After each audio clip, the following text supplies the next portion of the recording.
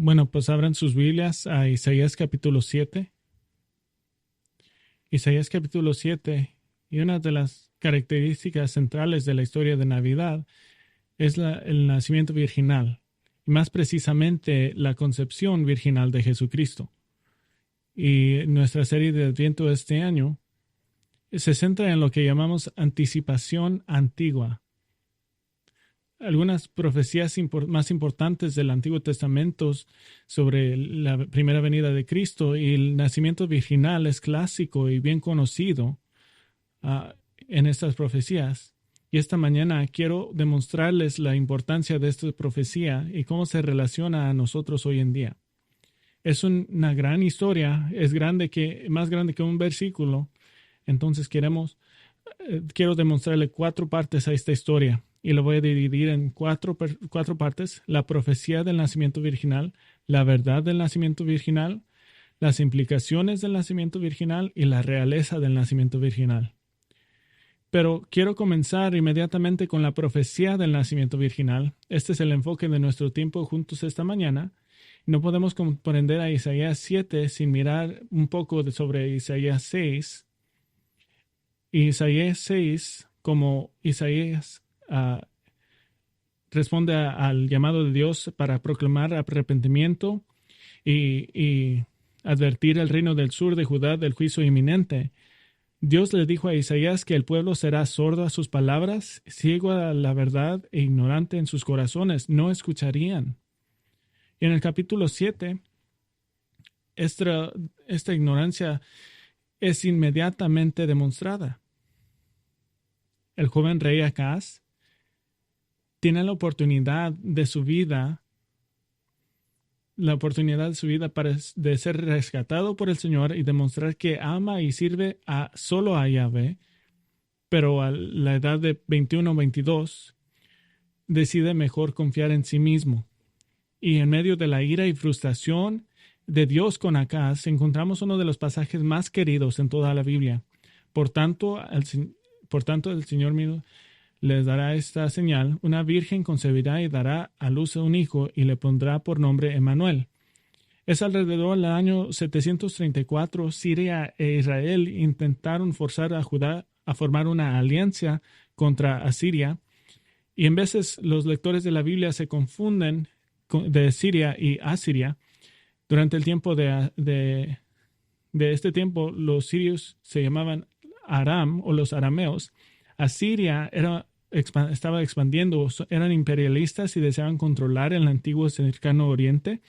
Directamente al norte de Israel, directamente al norte, Israel, la misma sangre y familia que Judá, pero separados políticamente por 200 años, están más grandes, mucho más poderosos que el reino de Judá.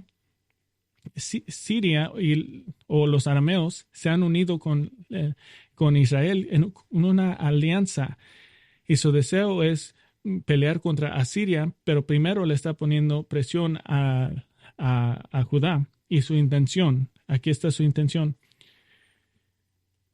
si Judá no se uniera a ellos contra Asiria, estos dos reinos terminarían la línea de reyes davídicos y pondrían un rey títere en lugar de Acaz. Isaías 7, versículo 6 dice hasta su nombre, Tabel. Entonces esa es la situación básica, y duramos mucho tiempo en Isaías. Este es un narrativo raro que está pasando aquí y provee el escenario de una de las profecías más debatidas y amadas, la profecía del nacimiento virginal del Hijo. Quiero darles 3 puntos de vista. Quiero darle la vista de microscopio. La vista a simple vista retrocede un poco, y luego el telescopio, el panorama general. Entonces vamos a empezar con detalles pequeños, la vista del microscopio. Isaías presenta un dilema. Capítulo 7, versículo 1. Aconteció que en los días de Acaz, hijo de Jotam, hijo de Uzías, rey de Judá, subió Resín, rey de Aram, con Peca, hijo de Remalías, rey de Israel, a Jerusalén para combatir contra ella, pero no pudieron tomarla. Y cuando les dio este aviso a la casa de David, los arameos han acampado en Efraín, se estremeció el corazón del rey y el corazón de su pueblo como se estremecen los árboles del bosque ante el viento. Acaz no estaba confiando en el Señor, ni estaba guiando a Judá a hacerlo. Sus corazones estaban temblando. Siria e Israel habían venido a Jerusalén para atacar, pero por el momento estaban siendo retenidos. Acaz estaba muy angustiado por esto. Entonces, ¿qué va a hacer? ¿Va a ceder y entrar a esta alianza con Siria e Israel y espera que puedan resistir a los asirios? Acaz temía a los hombres más que temía a Dios, y también llevó a su pueblo a este miedo. No había fe en Yahvé, en el Señor, no apeló al Señor. No hay deseo de buscar la protección y el favor de Dios, los formó a una nación. Acaz era un rey davídico, es descendiente del gran rey David, pero es totalmente cobarde. Le falta y quiere complacer a los hombres. Acaz no tenía una relación amistosa con el profeta Isaías y tendía a evitarlo. El Señor le dio a Isaías una oportunidad de hablar con Acaz, y lo hace cuando Acaz está menos cauteloso y quizás más vulnerable. Acaz está inspeccionando el suministro de agua de Jerusalén en previsión de un ataque de Israel y Siria. Entonces está mirando el suministro de agua, pero Dios va a ofrecer una solución a este dilema que tiene el rey. Versículo 3 dice: Entonces el Señor dijo a Isaías: Sal ahora al encuentro de Acaz, tú y tu hijo Sear-Jasub, al extremo del acueducto del estanque superior, en la calzada del campo del batañero, y dile: Cuídate y ten calma, no temas ni desmaye tu corazón ante estos dos cabos de tizones humeantes, a causa de la ira encendida de Resín de Aram, el hijo de Remalías, porque Aram ha tramado mal contra ti, junto con Efraín y el hijo de Remalías, y han dicho: Subamos contra Judá y aterroricémosla, hagamos una brecha en sus murallas y pongamos por él en medio de ella el hijo de Tabel. Por tanto, así dice el Señor Dios: no prevalecerá ni se cumplirá, porque la cabeza de Aram es Damasco, y la cabeza de Damasco es Resín, y dentro de otros 65 años Efraín será destrozado, dejando de ser pueblo. Y la cabeza de Efraín es Samaria, y la cabeza de Samaria es el hijo Remalías. Si usted no lo creen, de cierto no permanecerán. Isaías va a platicar con Acaz para calmar sus temores. Isaías trae a su hijo Shear-Jasub, que significa un remanente regresará. Es un mensaje que incorpora la advertencia del capítulo 6, versículos 11 a 13, que algún día Judá saldría al exilio, pero no será en esta era y no será a manos de Israel y Siria. Y que va a haber un remanente, una semilla santa que sería salvo. Entonces, ¿qué es el mensaje de Isaías al Señor a este joven 21 o 22 años? Su mensaje es en el versículo 4: no temas. El complot para reemplazarte no tendrá éxito. Y Isaías representa a estas dos naciones como tizones humeantes. Un pedazo de madera que se estaba quemando y ahora solo son tizones. Al borde de perder su poder, Israel estaba a solo unos años de la destrucción completa por mano de Asiria, sin incluir las derrotas que sufrirán a manos de Asiria antes de eso. Versículo 8 dice que Damasco caerá en 65 años. Efraín, el reino de Israel del norte, dejará de ser un pueblo. Asiria lo derrotaría en el año 732 y se llevaría a muchos de ellos en el año 722. Pero en el año 671, 65 años después de esta profecía, Asiria repopuló el reino del norte con extranjeros que se casaron con cualquier judío que estaban allí y formaron un nuevo pueblo que conocemos como los samaritanos. En el versículo 9, el mensaje es claro: si no permanecen firmes en Yahvé, no permanecerán. permanezcan firmes en Yahvé o no permanecerán. Este no es solo un llamado para tener fe en Yahvé por esta circunstancia. Este es un llamado de Acaz que tenga fe en Dios personalmente. Entonces, para reforzar la fe de Acaz, Dios promete una señal y Dios da lo que yo pienso que es uno de los cheques en blanco más grandes que Dios ha ofrecido en todas las escrituras. Versículo 10. El Señor habló de nuevo a Acaz: pide para ti una señal del Señor, tu Dios, que sea tan profunda como el Seol o tan alta como el cielo. Dios ofrece hacer cualquier cosa que pida a Acaz para darle confianza que Dios lo rescatará de Israel y Siria. Pero imagínate lo que podría haber pedido. Podría haber pedido algo épico: que un rayo caiga sobre los ejércitos de Israel, que el granizo aplaste a mis enemigos, que la tierra se trague a mis enemigos, que la ceguera abrume a mis enemigos, que mis enemigos de repente queden cojos y no puedan luchar. Y tengo un sentido de humor un poco torcido, entonces siempre pienso de lo chistoso, que la hierba venenosa crezca en sus sacos de dormir esta noche, que toda su comida se eche a perder y se pongan malos, que los reyes de repente empiecen a actuar como monos para que los ejércitos se vayan. Las posibilidades son infinitas. Dios le está pidiendo a Acaz que tengan fe genuina en él y Dios lo inmediatamente validará esa fe con cualquier cosa que pida. Este no tiene precedentes. Pero Acaz rechaza la oferta de Dios. ¿Y cómo rechazas algo como eso? Y lo hace de una manera fariseica y falsamente piadosa, versículo 12. Pero Acaz respondió: no pediré ni tentaré al Señor. Aparentemente la mente de Acaz ya estaba decidida. Iba a tomar la solución humana de apelar a Asiria.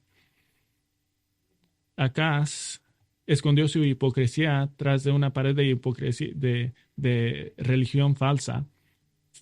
Y hasta citó de Deuteronomio 6:17, pero este es falso.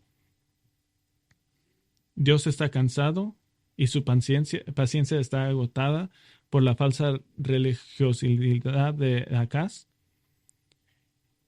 Y en el versículo 13 dice: entonces, oigan ahora, casa de David, ¿les parece poco cansar a los hombres que también cansarán a mi Dios? Isaías está lamentando: ¿será el rey davídico, descendido del gran rey David, no solo un rey terrible para su pueblo, sino también uno que no ama a Dios, que no confía en Dios, que no tiene fe en Dios? Y quiero que sepan esto.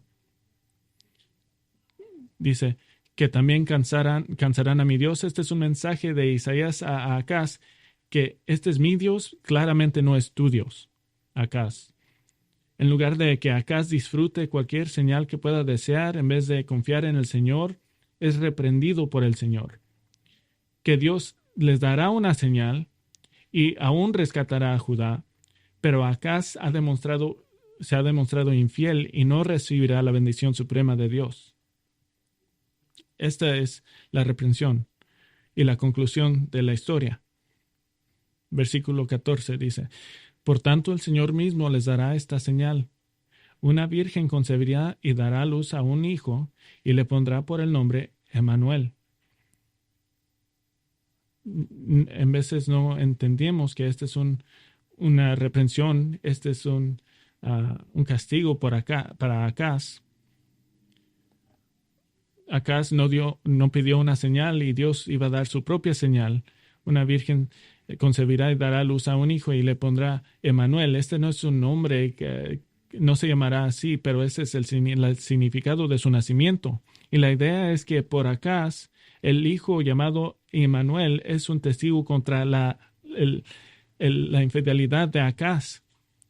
Si Dios está con nosotros, ¿por qué debemos de temer el enemigo? ¿Por qué debemos de rehusar el confort del Señor? Acaz no iba a proteger el trono de David y el pueblo de Dios. Entonces Isaías deja este tiempo y habla de un tiempo futuro. ¿Por qué Acaz era tan moralista? ¿Por qué rechazó la oferta de Yahweh de ayudarlo? Porque Acaz era el rey más malvado de Judá que jamás habían tenido. Era asesino, politeísta y adorador de muchos dioses. Esa es la vista microscópica. Ahora vamos a ver con la simple vista. Abran a Segunda de Reyes, capítulo 16. Segunda Reyes 16. Miramos una vista más amplia para comprender por qué Acaz era tan moralista y se rehusó pedir la oferta, a aceptar la oferta de Yahweh. Comenzamos a entender por qué rehusó esto, porque miramos su carácter. Segunda Reyes 16, versículo 1 y 2.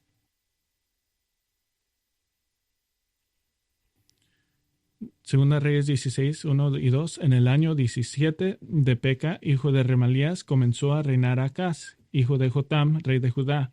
Acaz tenía 20 años cuando comenzó a reinar y reinó 16 años en Jerusalén, pero no hizo lo recto ante los ojos del Señor, su Dios, como su padre David había hecho.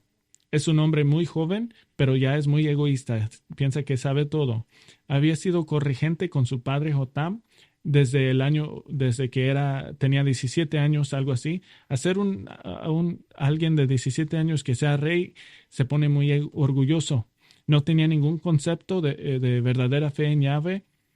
Siria y Israel montaron su primer ataque contra Judá, pero cuando regresaron de nuevo, había razón significativa para que temieran, porque durante su primer ataque lo repelaron, pero fue a gran costo. Segunda Crónicas 28 dice que Judá perdió 120,000 hombres en esa batalla. Y luego la razón, porque habían abandonado al Dios de sus padres. Y no solo eso, pero Israel tomó 200,000 mujeres y niños y se las llevaron al norte, a Samaria, como esclavos. Pero en misericordia de Dios, un profeta de Dios llamado Oded detenía los ejércitos del norte y les dijo que habían sido una herramienta de Dios para castigar la infidelidad de Judá, pero no tenían que tomar sus relativos como esclavos, y regresaron los 200,000 mujeres y niños a Judá. Pero aparentemente Israel y Siria regresaron y esta vez vinieron hasta Jerusalén para sitiar la ciudad. Es justo aquí, en este momento, que Dios mandó a Isaías para ofrecerle rescate a Acaz y cualquier señal que podía pedir. Y Acaz se rehusó porque él ya se había decidido, ya le iba a preguntar a Siria por ayuda, y Acaz no quería orar a Dios y buscar a Dios. Segunda Crónicas dice que durante este tiempo se volvió aún más infiel al Señor. Y Dios le dio a Acaz la señal que nacería un hijo que sería la salvación de Israel, pero que un hijo vendrá que lo salvará. Pero Acaz haría algo que ningún rey de Judá jamás había hecho. No descendiente de David jamás había hecho. Versículo 3. Anduvo en el camino de los reyes de Israel y aún hizo pasar a su hijo por el fuego, conforme a las abominaciones de las naciones que el Señor había arrojado delante de los israelitas. Acaz ofreció a su propio hijo como sacrificio humano. Para ganarse el favor de los dioses paganos, y su filosofía religiosa es de adorar a todos los dioses menos a Dios. Versículo 4. Y sacrificó y quemó incienso en los lugares altos y en las colinas y debajo de todo árbol frondoso, en vez de buscar a Dios, el que formó la nación.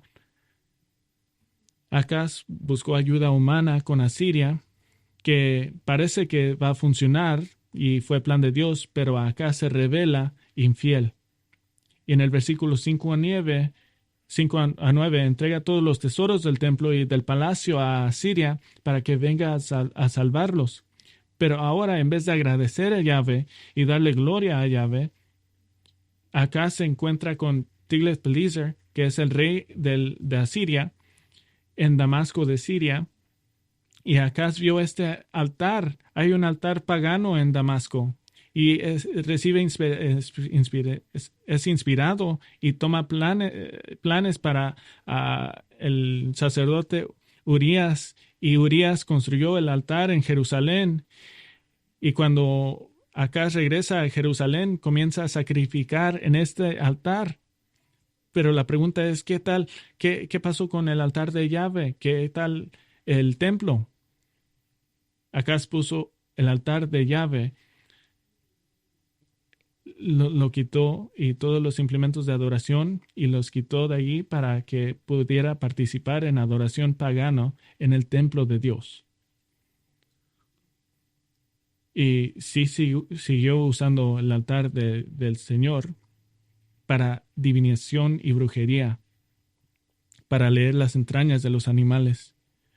Acaz reemplazó completamente la adoración de Yahvé con adoración pagana, y la casa del Señor era una abominación religiosa. Por eso Acaz se rehusó de recibir la ayuda de Yahvé. Acaz era un hombre egocéntrico y conspirador que sacrificó incluso a su propio hijo en el altar de su propio éxito. Esta es mi búsqueda personal, pero esta es la única vez que encuentro que Dios le ofrece a un no creyente algo para que venga a fe. Y Acaz dijo, no gracias, creo que sacrificaré a mi hijo. Entonces retrocedamos.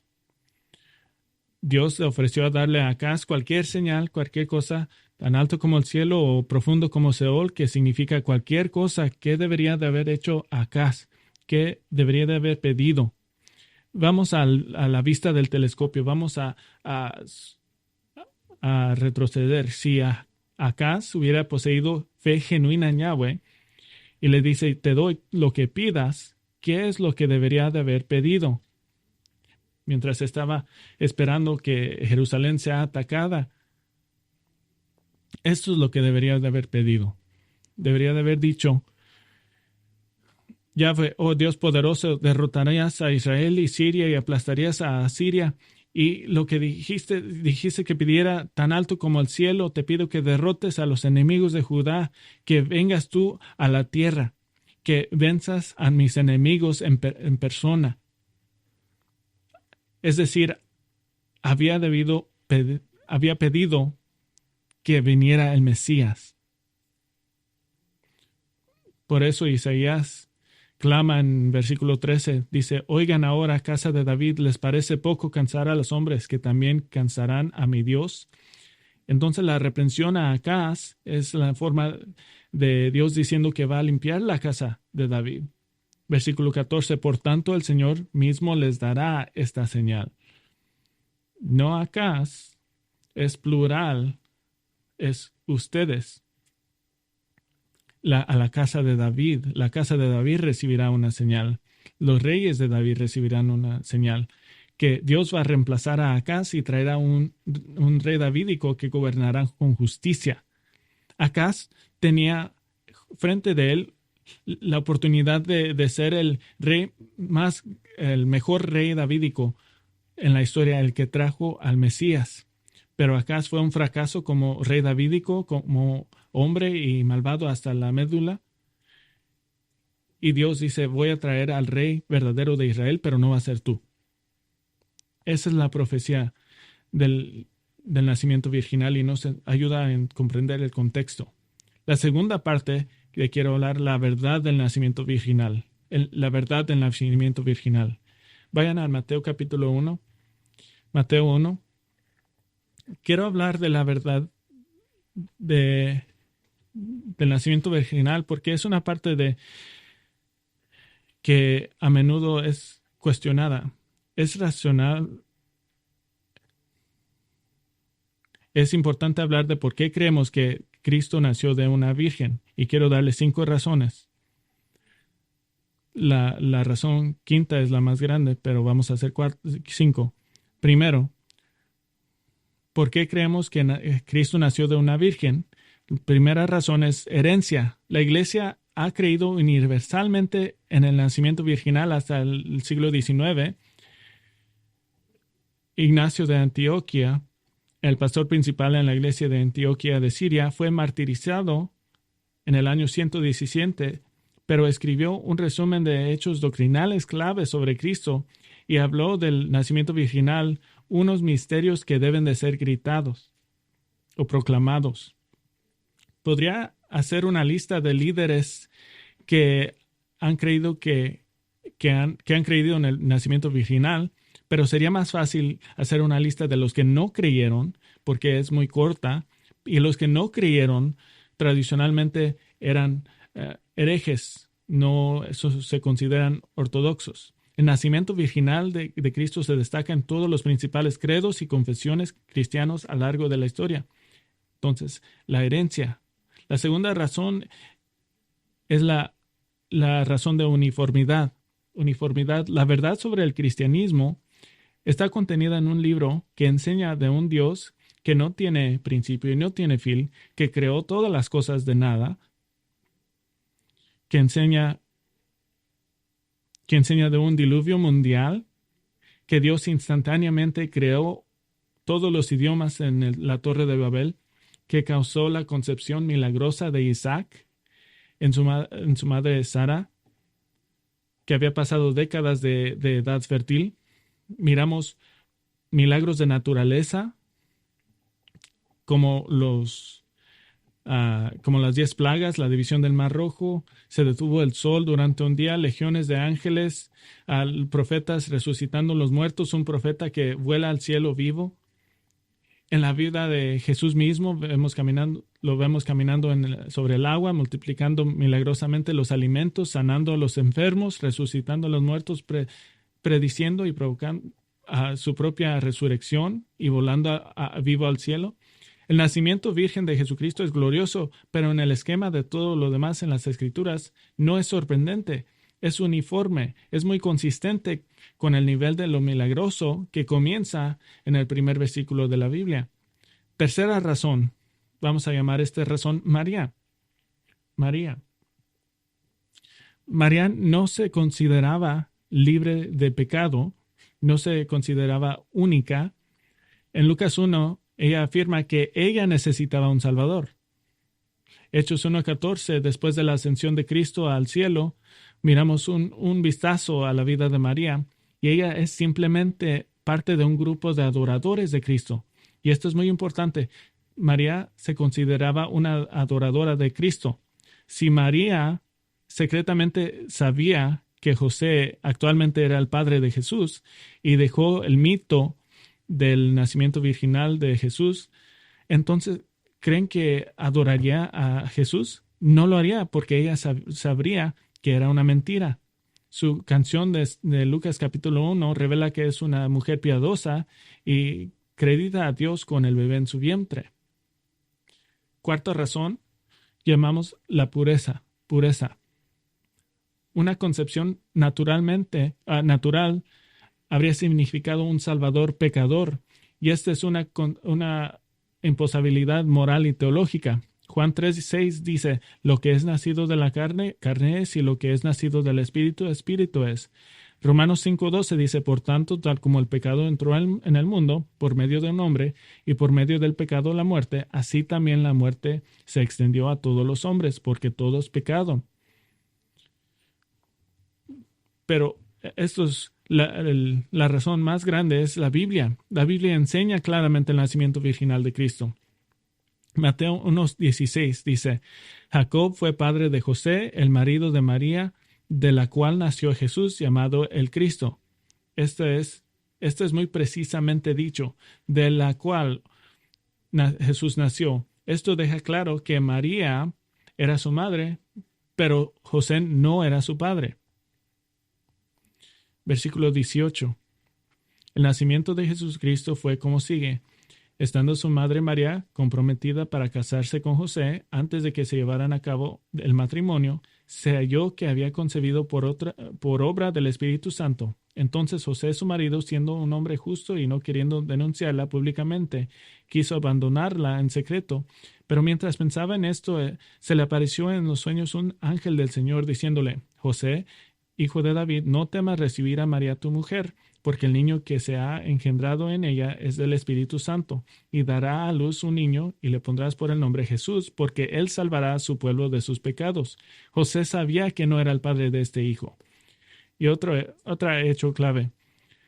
El cielo declaró que este niño fue concebido por el Espíritu Santo, y el cielo le había dado al niño un nombre humano, Yeshua, que en inglés llamamos Jesus o Jesús, que significa el Salvador. Versículo 22. Todo esto sucedió para que se cumpliera lo que el Señor había hablado por medio del profeta, diciendo: He aquí, la Virgen concebirá y dará a luz a un hijo, y le pondrán por nombre Emmanuel, que traducido significa Dios con nosotros. El nacimiento virginal no fue un capricho de Dios, fue el plan de Dios. Y el relato inspirado de Mateo dice que la palabra profética de Isaías 7:14 está mirando a esta concepción virginal actual.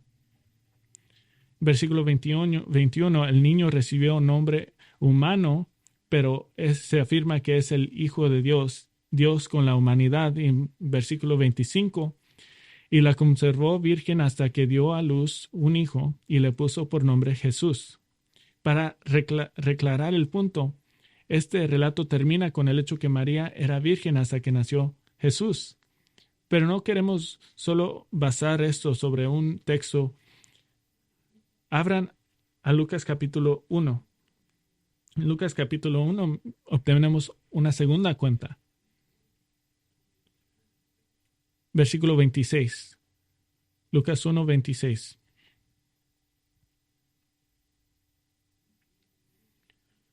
Comenzando en versículo 26, al sexto mes, el ángel Gabriel fue enviado por Dios a una ciudad de Galilea llamada Nazaret, a una virgen comprometida para casarse con un hombre que se llamaba José.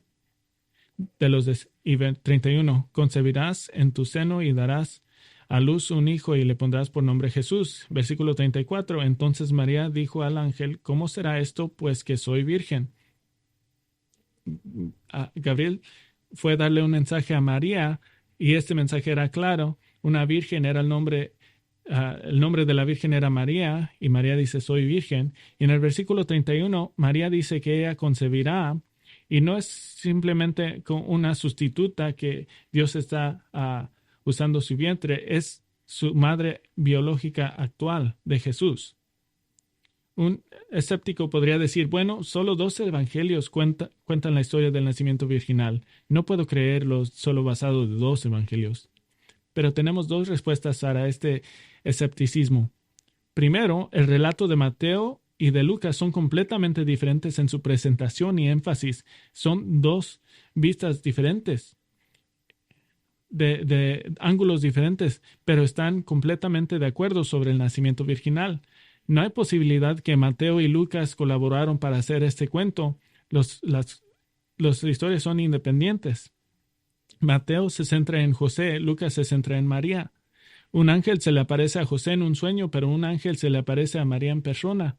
José fue corregido y silenciado. María fue elogiada y tuvo una conversación con el ángel. A José se le dieron detalles mínimos sobre los propósitos de Jesús, y a María se le dieron en Lucas 1:32 que Jesús reinará en el trono de su antepasado humano David, reinará sobre Israel para siempre y su reino no tendrá fin. Entonces, sí, son 2 cuentos, pero vienen de diferentes ángulos, diferentes puntos de vista, no es colaboración. Segunda respuesta, hay muchos escritores que hablan del nacimiento virginal y no tienen que abrir las páginas a eso, pero les quiero hablar. Lucas 3:23, la genealogía de Jesús según Lucas comienza: cuando Jesús comenzó su ministerio tenía unos 30 años, siendo como se suponía hijo de José, que significa así pensaron.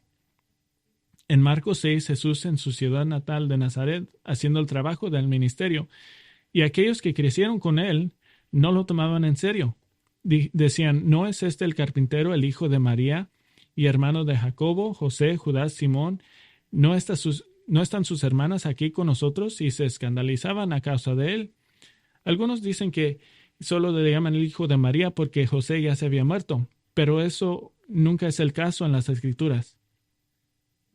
Este no es el patrón de las Escrituras. Ciertamente no es el patrón del judaísmo que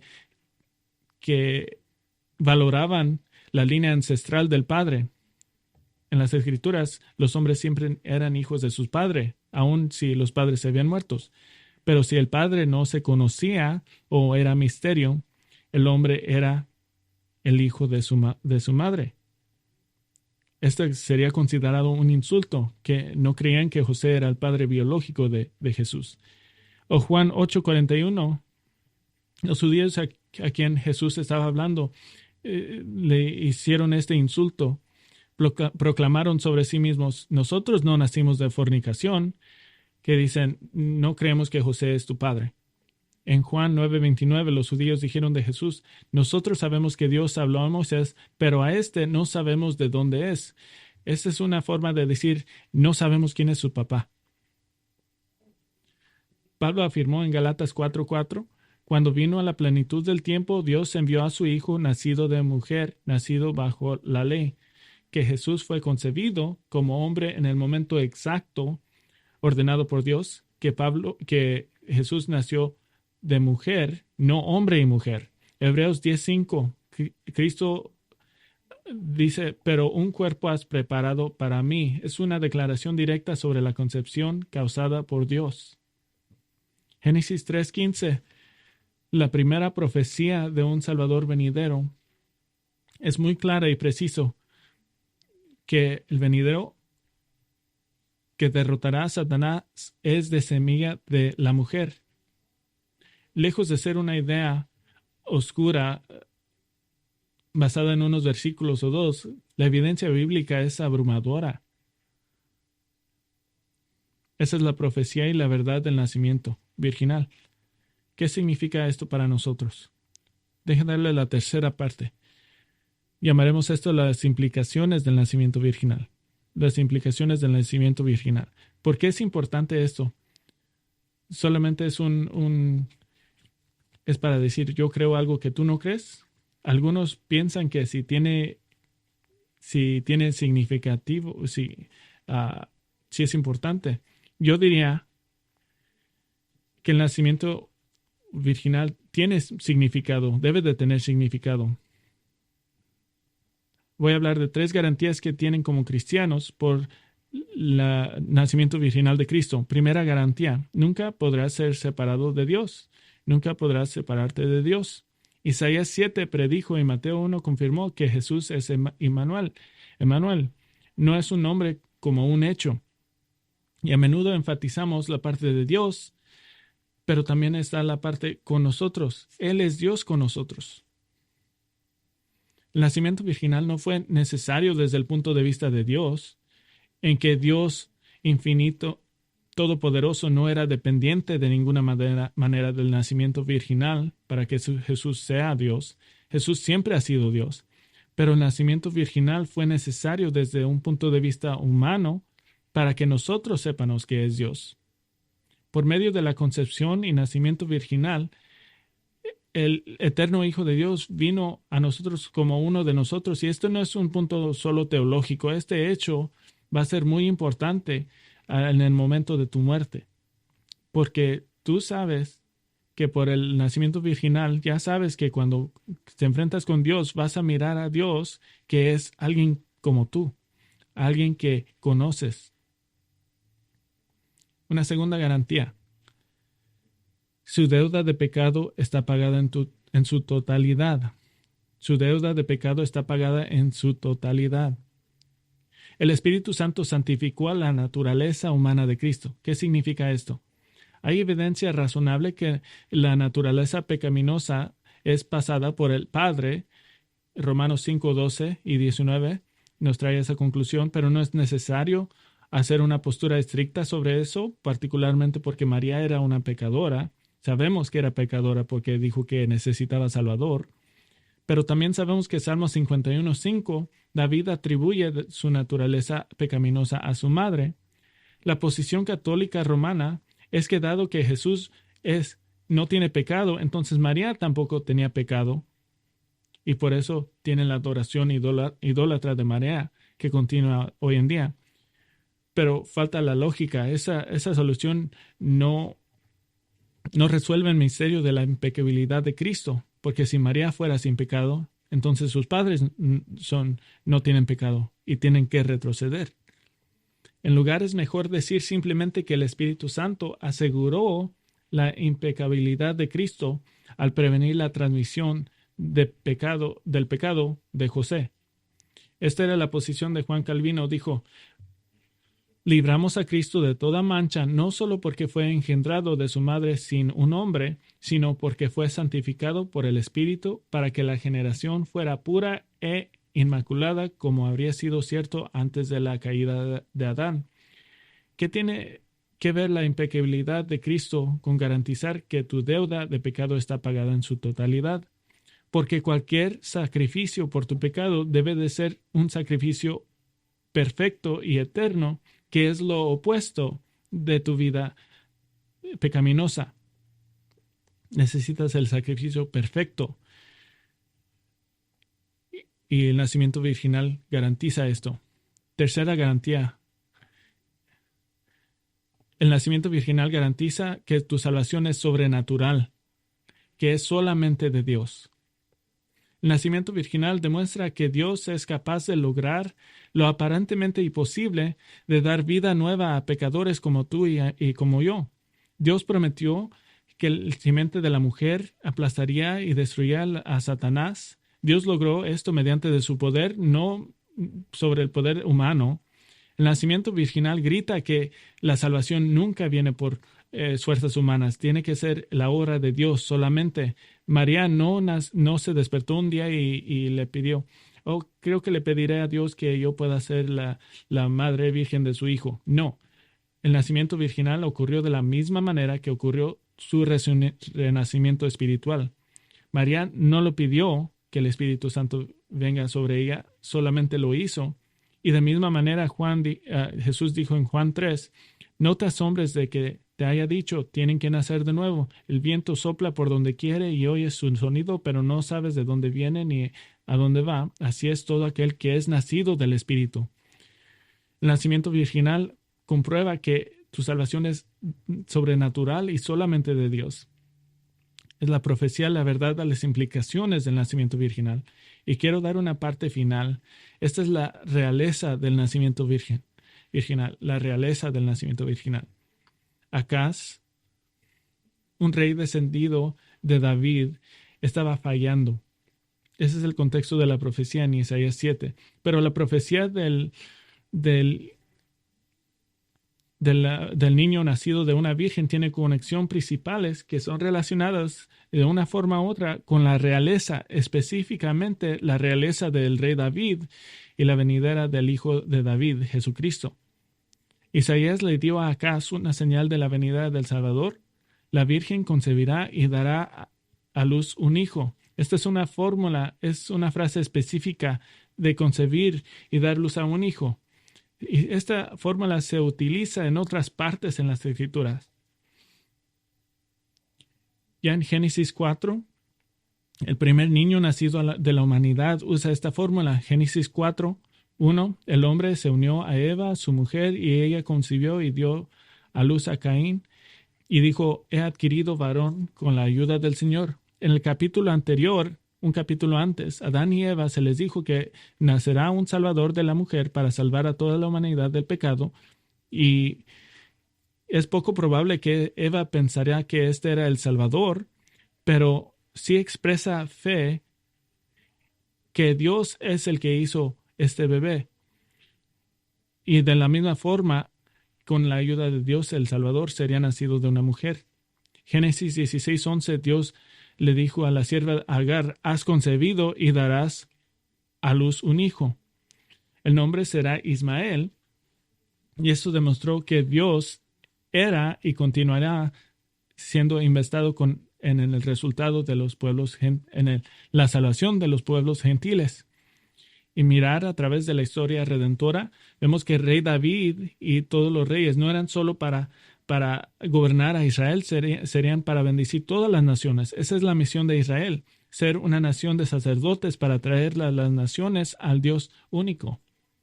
La fórmula se usa para la esposa de Abraham. Génesis 21:2, Sara concibió y dio a luz un hijo a Abraham en su vejez.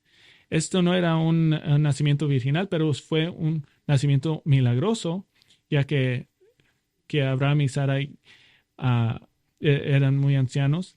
Y este hijo era el niño del pacto a través del cual vendría el rey David 1000 años después. La fórmula se usa de una mujer Jocabed, la madre de Moisés. Éxodo 2:2, y la mujer concibió y dio a luz un hijo. Nació durante la época de la esclavitud de los judíos en Egipto y fue escondido para que no fuera asesinado por el faraón. Y en la providencia de Dios, Moisés fue llevado y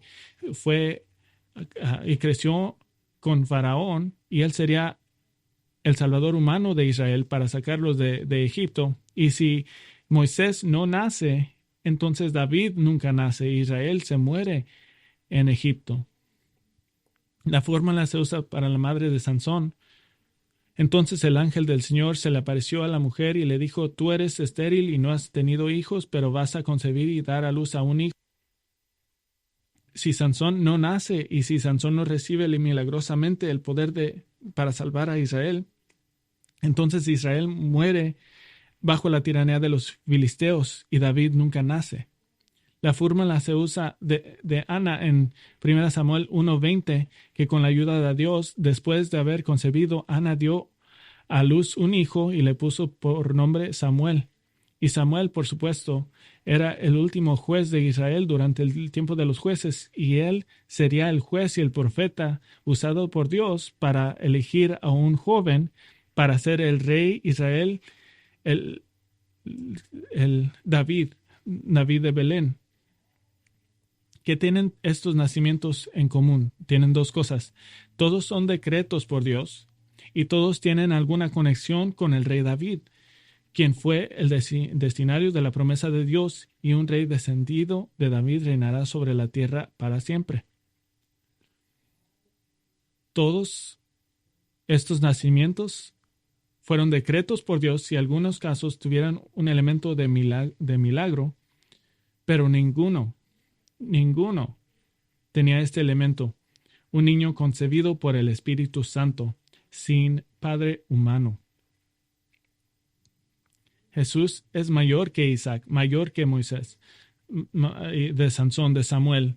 El rey Acaz, el descendiente de David, el que podía haber llamado a Mesías a la tierra, es un fracaso y no puede guiar al pueblo de Dios en justicia. Así que Isaías lanza la bomba. La Virgen dará a luz a un hijo, quien es Dios con nosotros. Ese es explosivo. Dios con nosotros garantiza nosotros con Dios. En la resurrección, en 1 Tesalonicenses, Pablo declaró nosotros con nosotros y dice: y siempre estaremos con el Señor. Una imagen de Dios con nosotros es nosotros con Dios. ¿No es irónico que el nacimiento virginal de Cristo, dado como un reprensión a un rey, es una de las promesas más preciosas que tenemos nosotros? Oremos juntos. Nuestro Padre, el tamaño de nuestro plan es más allá de nuestra comprensión. De pensar que 2000 años después del nacimiento de Cristo, 27,000 años después de la profecía, que la Virgen concebirá y daría a luz a un hijo, y celebramos el nacimiento de ese hijo, celebramos que vino a la tierra como hombre, para que nosotros, cuando nosotros vayamos al cielo, veamos como un hombre, veremos a Dios, y que como Dios está con nosotros, siempre estaremos con el Señor. Te damos gracias y te damos en el nombre de Cristo. Amén.